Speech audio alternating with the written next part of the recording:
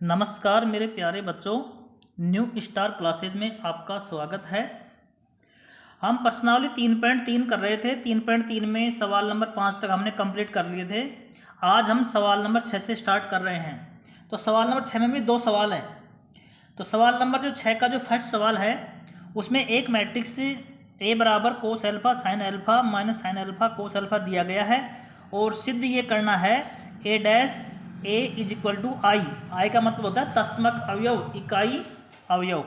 तो सबसे पहले हम ए डैश ज्ञात करेंगे। ए दिया हुआ है, ए से हम ए डैश कैसे ज्ञात करते हैं? ए डैश बोल दो या ए टी बोल दो।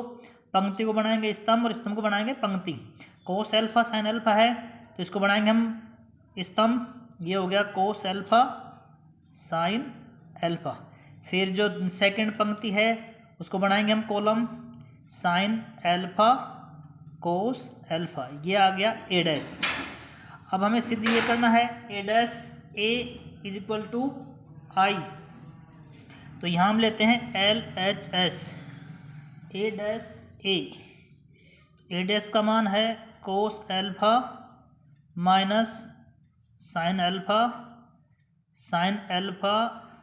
कोस एल्फा, और ए का मान है cos alpha sin alpha minus sin alpha cos alpha. हमने पहले ए डैश याद कर लिया, ए डैश और ए का हमने मान यहाँ पुट कर दिया। अब दोनों के बीच में गुणा है तो दो मैट्रिक्स का हम गुणा करेंगे। तो ये जो फर्स्ट रो है उसको पहले हम कॉलम C1 पे लगाएंगे। तो ये कोस एल्फा क्या हो गया गुणा में, ये हो गया कोस स्क्वायर एल्फा, और ये minus sign into minus sign क्या हो गया, ये हो गया प्लस का साइन स्क्वायर एल्फा। इसको कॉलम C2 पे भी लगाएंगे R1 को। तो ये हो गया कोस एल्फा इंटू में साइन, तो ये हो गया कोस एल्फा साइन एल्फा माइनस का साइन एल्फा कोस एल्फा।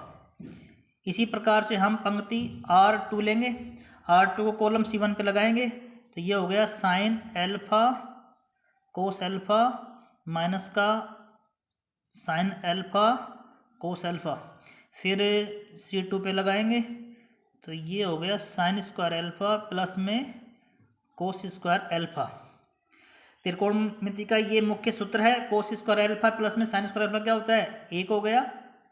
और ये कोस alpha sin alpha minus sin alpha cos alpha, ये हो गया कैंसिल, यहाँ हो गया 0 और ये भी कट गया, ये 0 और ये हो गया 1। और इसका 2 इंटू में 2 ऑर्डर है, और 1 0 0 1 ये इज इक्वल टू होता है आई यानी इकाई मैट्रिक्स।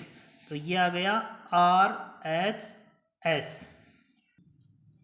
सवाल नंबर 7 में दिया गया है एक मैट्रिक्स ए दे रहा है आपको 3/3 का, उसमें सिद्ध ये करना है कि ये दिया गया मैट्रिक्स है जो एक सममित अवयव है यानी सममित मैट्रिक्स है।